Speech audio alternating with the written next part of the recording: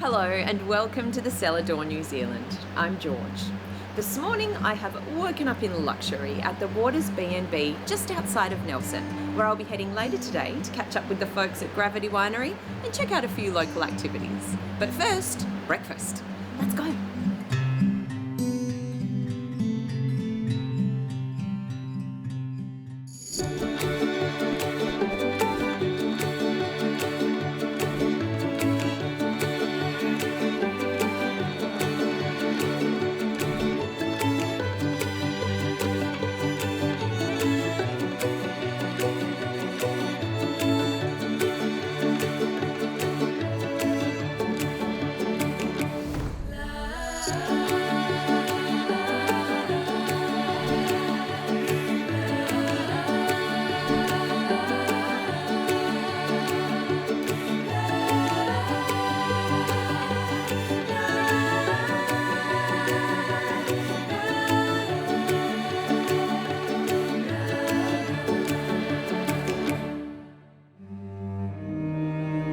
It wouldn't be a trip through New Zealand without a little Middle-earth magic. So today I'm stopping in at the workshop of the late Jens Hansen, the jeweller who created the one ring to rule them all.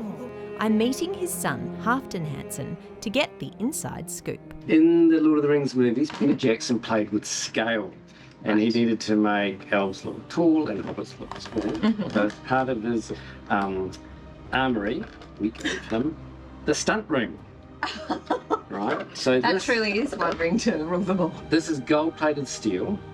Is it heavy? It looks heavy. It's nowhere near as heavy as it would be if it was in pure gold. So feel how heavy it is.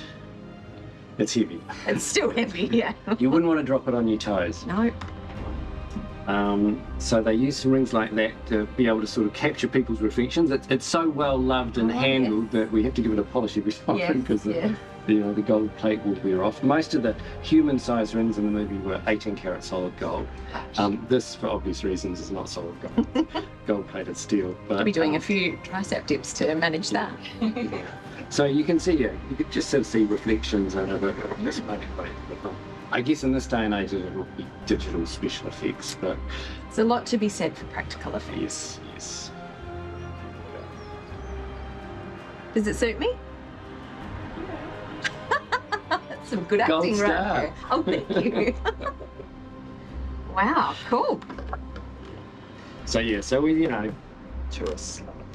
Yeah, It's kind of fun. it's very fun. A bit more exciting than a human-sized one.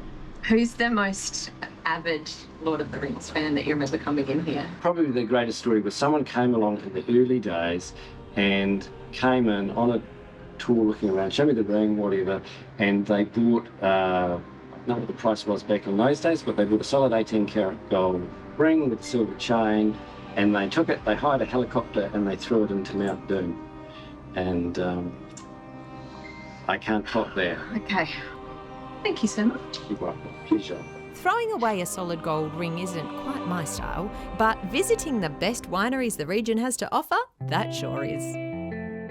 Today, I'm in for a treat. I'm visiting Gravity Winery, just 30 minutes north of Nelson. Gravity Winery isn't just a clever name. It's a unique 4-level, gravity-fed winery, producing Pinot Noir from its Nelson and Central Otago vineyards. First up, I'm meeting Becky, who manages the beautiful Cellar Door. Hello, Becky. Hi, George. Thank you so much for having us You're here welcome. at Gravity Wines. You have a bit of a history with wine, I believe. I've been in the industry about 15 years now. Okay. From the UK. And how did your passion for wine get started? Growing up in UK, where we had access to all the French and Spanish and European wines, and started working for a wine merchant in London, and then emigrated out to New Zealand about 10 years ago and started working for a winery, and then never left. Yeah. I can see why. And so here at Gravity, you're managing the Cellar Door, which has got a few different things on offer. It does, yes. So here you can taste, we've got wines from all the major wine growing regions in New Zealand. All here, all at once. Yes, all here. So from Hawke's Bay, from Marlborough, from Nelson, where we are, and down to Central as well. So you That's can something you taste. don't see a lot of. No, you cellar don't, doors around which here. is wonderful to be able to try it all in one place. And we've got a Pinot here, I think. Yes, from Waimea, which is our local winery, which we grow locally here, Just overlooking, just overlooking the vines. picturesque. Also on site is the Gravity Gallery, which is dedicated to showing works from the vibrant Nelson art scene. Paintings and Pinot? Wow. And there is some striking art installed around the premises too. We've got a huge artwork at the entry to Yeah. Gravity, Yantra for Mahana, which as you look through the structure, it goes through to Mount Arthur behind, which is the spine of the Southern Alps. So, Oh, yeah, beautiful. And what's it? It's like it's a wrought iron structure. It's 10 feet tall, it weighs over 70 tons. oh wow. Quite a piece. Yeah. Yeah. I mean, the whole winery is spectacular. It's sort of. It's a stunning piece of work. Yes. Yeah. Well, thank you for having us here. I can't wait You're to have a welcome. bit more of a wander around the grounds. Please do. Maybe taste some wine. Cheers. Cheers. Next up, I'm heading into the winery to find out more about the unique cascading approach and the origin of the brand's name. And have a few tastes, of course. I'm meeting Hamish, who oversees the winemaking at Gravity, to walk me through the process.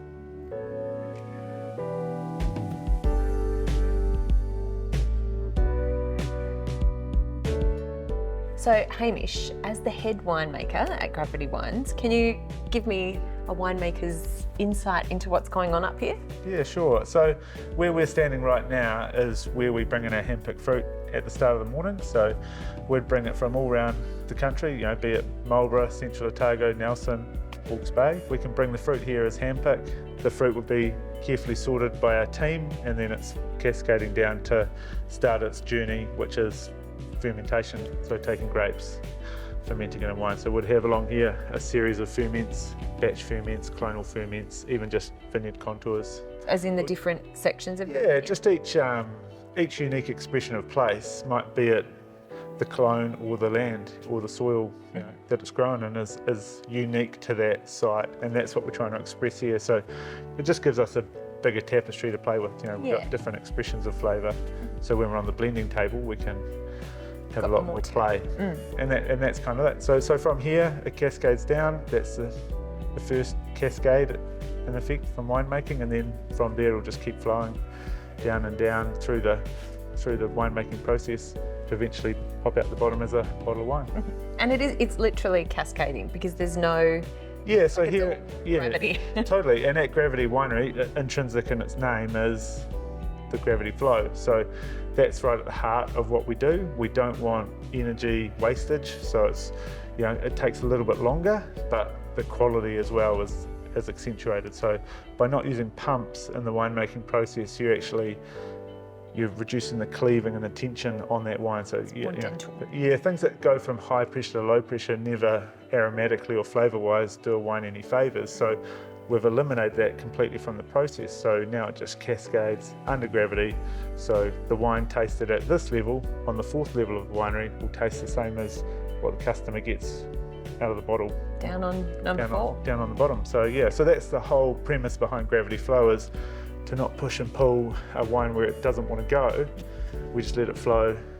The secondary benefits for us are environmental as well. We're using less energy all the time. It's all about wastage and minimising that wastage to be more sustainable. We're underground, earth roofs, and bonus, it looks spectacular. yeah. I mean, you're inside a living beast. Shall we wander into the belly of the beast? Yeah, come on down.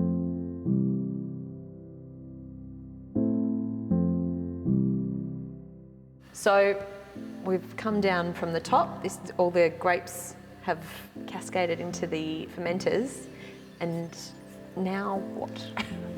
So now they've been fermenting for between 15 and 25 days, and as you can see, it's solid concrete, so it's a very natural heat source, heat sink, so we can actually do ambient temperature soaks and things like that, as well as very high tech. We've got the ability to temperature control, but also be really natural as well. So the biggest difference for us here at Gravity Winery is is again, there's no pumps between tank and barrel. So if I'm tasting a wine here, if I've got Pinot Noir from Central fermenting away, I'm tasting daily, getting a feel for the tannin profile, the fruit profile.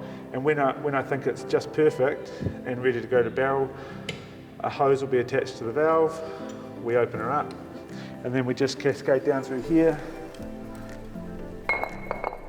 Down it goes. Down it goes through the hole, and we'll have a barrel down there waiting to catch it. And, Cool. and then it starts the next part of its process, which is barrel maturation, underground, nice and temperature controlled. The perfect place to hang out for a year or so. Great. Or for maybe an afternoon. Yeah, Shall we go hang out down there? let's go. And down we go.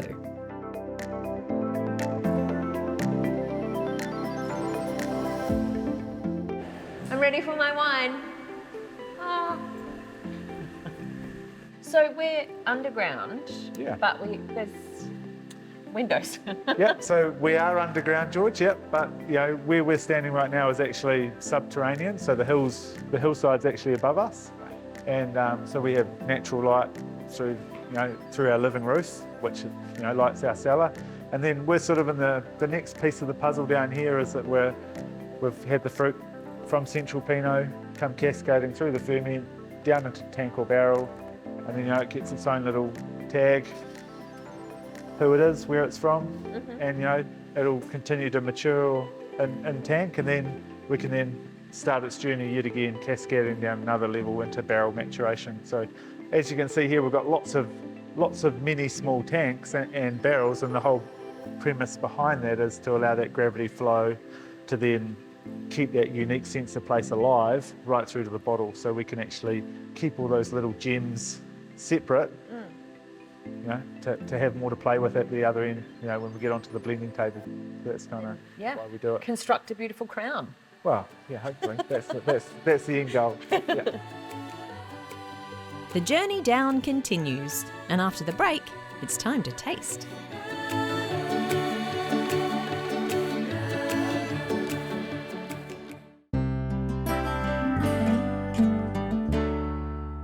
I'm in Nelson at Gravity Winery, where Hamish is walking me through, or should I say down, the cascading winemaking process. Next stop, the barrel hall. Yeah, so through here is one of our barrel halls. So again, this is if we brought fruit down from the top. If we empty the ferment, we can either choose. We've got the options now of going stainless or oak. So often with Pinot Noir or Chardonnay, next step, barrel fermentations. Down here, we're actually in one of our first subterranean barrel hall cave. One of many here at Gravity, and we can harness anything from Bannock Brae, Central Otago, Marlborough, Southern Valleys Pinot, Waimea Plains Pinot. So there's even where we're standing now, George, we're surrounded by three different parts of New Zealand. Yeah.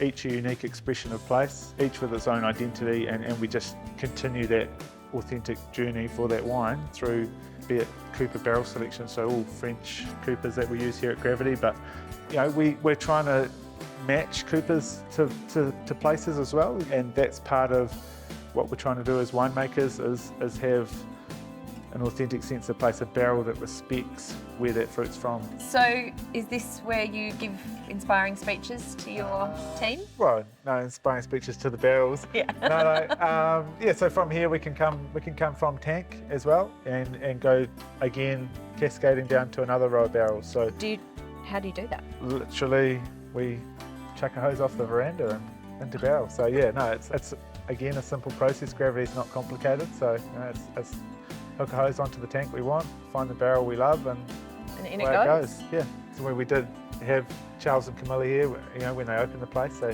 Really? they were the regal wave off here at one point. So Interesting. it's got some royal touches amongst it all at some point. So. I'm getting a royal vibe up Yeah. here actually. Down to the final level for my favourite part of the tour, the slideshow. Just kidding, it's the tasting. All right, Hamish, we've come down another level. We have, yep. We're now here standing we're in the fourth level down, so we're well and truly under the hill. And this is the end of the journey as far as cascading down. Correct, yeah. So we're now at the 4th level, we're in our lowest level of the winery, so where things come to rest and do their thing on oak. So here we're in the Central Otago barrel hall, so we've got Gibbston fruit, Bannockburn fruit, Bendigo, Lowburn Ferry. So we can even entertain around a region in one room. Yeah, so Very convenient travelling. better try some. So this is the puncheon of our 2022 Gibbston fruit. It's, Pinot Noir. It's early on in its journey. It's just finished Malo, so it's got a way to go. It'll be in here for another, 6 to 12 months. So will the oak be more or less dominant at this point in the... Yeah, at this stage it's still very much a young Pinot, so it's still raw. It's got edges, but it's you'll see the shape it's taking, and you'll see where it's going for sure. Like I said earlier, the oaks we're trying to use are more sympathetic, looking to support the fruit rather than dominate. So even the oaks we're using are pretty gentle. So it's all about keeping that initial grape expression as clear as possible. Yeah, totally. So here in the central, we've got different clones, we've got different vineyard contours, hills, slopes, gullies. It's all around just retaining that authentic sense of place so that we have more to work with. Each one has its own personality, its own identity. That's what Pinot's all about. Let's see what kind of personality we're dealing with here.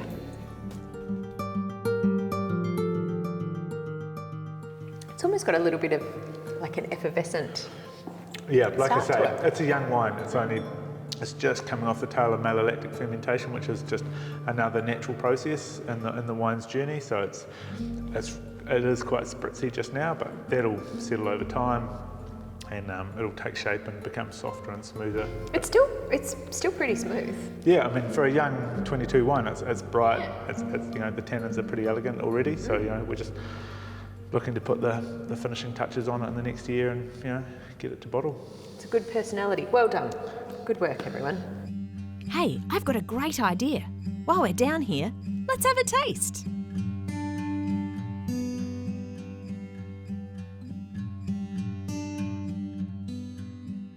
We've come to the end of the journey. So here we are now in bottle, Central Otago Pinot Noir, Crawford's Block, 2018. So Is this the same region that we have in the barrel? yeah, so as we talked about with the fruit cascading down, and when we got to the puncheon, that was Central Otago Pinot Noir 22, and we talked about some of your comments were it's young, it's youthful, vibrant.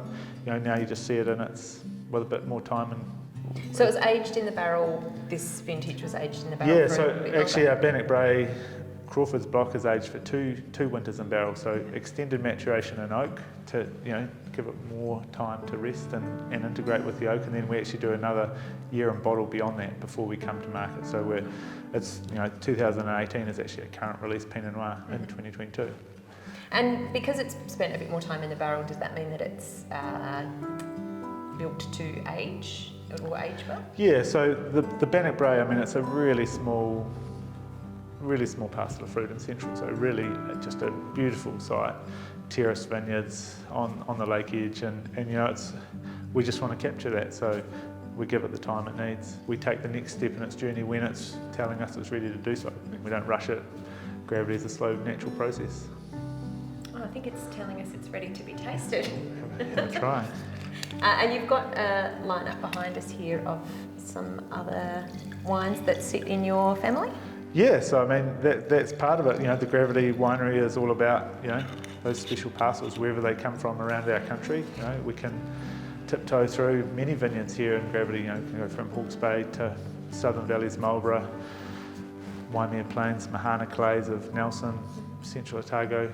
Different sites around there. So it's all about bringing that together in one really tight little spot here at Gravity. And here this is. Cheers. Thanks for having me. No worries. Cheers.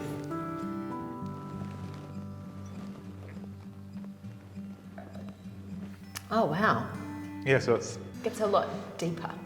it's had the benefit of time. That's 2 years on barrel, 1 year in bottle. So it's that vibrant energy that was there as a young wine has now turned into a more ethereal, textural, silky peanut. There's no, like I'm not getting any oak though on my palate. Yeah, and again, that's where we're going with the oak that we talked about earlier. It's supportive of the fruit, not dominant. We still want the site to shine. Crawford's block is unique, and we want people to see that, and we don't want the oak to dominate. So finding oak that is sensitive and supportive. I think you've done the job. Cheers. Enjoy. Thanks, Amish. No worries, George.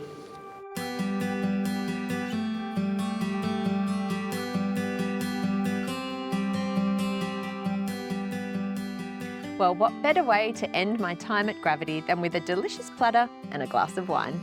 My trip here might be over, but don't worry, my time in New Zealand is not. Cheers.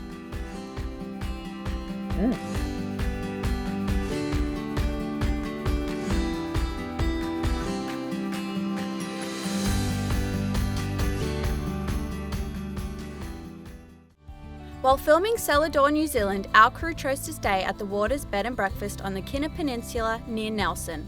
An oasis of luxury nestled on the edge of olive groves and minutes from the beach, the Waters offer an unforgettable stay. Take your pick of one of 4 ocean view boutique suites and relax while enjoying the spectacular views over the Tasman Bay or a romantic walk along the picturesque Kinner Cliffs. The Waters Bed and Breakfast offers many possibilities for your perfect escape. For more, visit thewaters.co.nz. Before I leave Nelson, there is one last stop.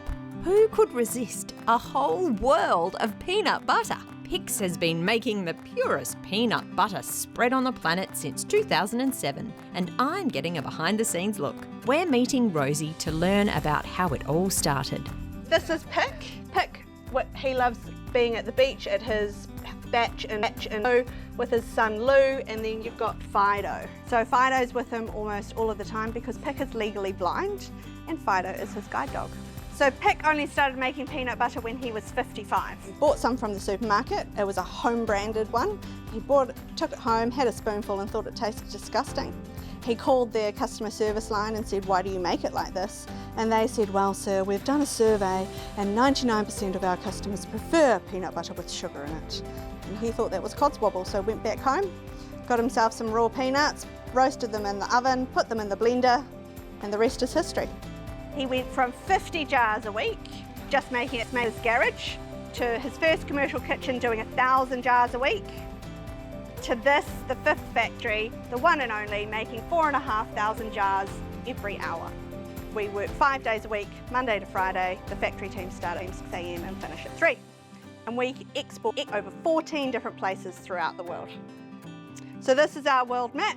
Those large gold and red stars show us where we export to.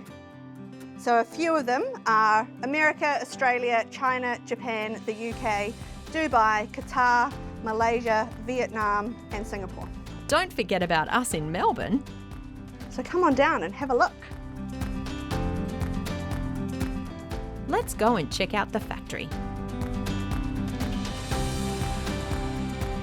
So this machine at the back there in that square thing makes the peanut butter slugs. They come off on the conveyor belt, they fall into that green bucket there, and then our team hand pack the boxes. A peanut butter slug is so you can have peanut butter on the go. So it's one tube of peanut butter that you slug back. Let's see if I can get some. No better way than straight from the packing line. Can I have some slugs? Ooh, it doesn't get any fresher than this. Thank you, Paul. Thank you so much. Peanut butter slugs. So designed for like hiking, tramping, hangry children in the car. So peanut butter slug, perforated edge. You got to massage it before you open it, rip off the top, slug it back. And our producer needs no further invitation. It's delicious. Hard to open my mouth again. So the key with our peanut butter, like I said before, is that freshly roasted peanuts, which is why it's still warm. We squash them with a little bit of salt, and that's it. There's nothing else in our peanut butter. Let's find out more about the factory. This line here is manual because it does 8 different sizes. So it does our small jar, which is 195 grams. Then next is 1 kilo in the plastic. Then we do 1 kilo in the glass. Now glass is just, that size is just for Nelson. because we do a swapper jar. So you bring back your clean glass jar and we return you a full one for $5 off. Sustainability is a big deal here at Pix. They even have a human-powered peanut butter maker. So this is our freshly roasted peanuts, and I'm making what I like to call our smunchy peanut butter. It's not quite smooth, it's not quite crunchy. Faster you go, the bigger the mess. And there you go. Now you can eat some. So nothing goes to waste though. These are sugarcane bowls, wooden sticks, peanut butter, vegetable, goes in our composting. I think that's satisfied all my peanut butter cravings for now. Thank you for coming with me on my tour of Peanut Butter World. That was my tour in a nutshell. Thank you, Rosie. Next time on the Cellar Door, we continue our journey south, and you know what? I think I might have a few more treats along the way. I'll see you then.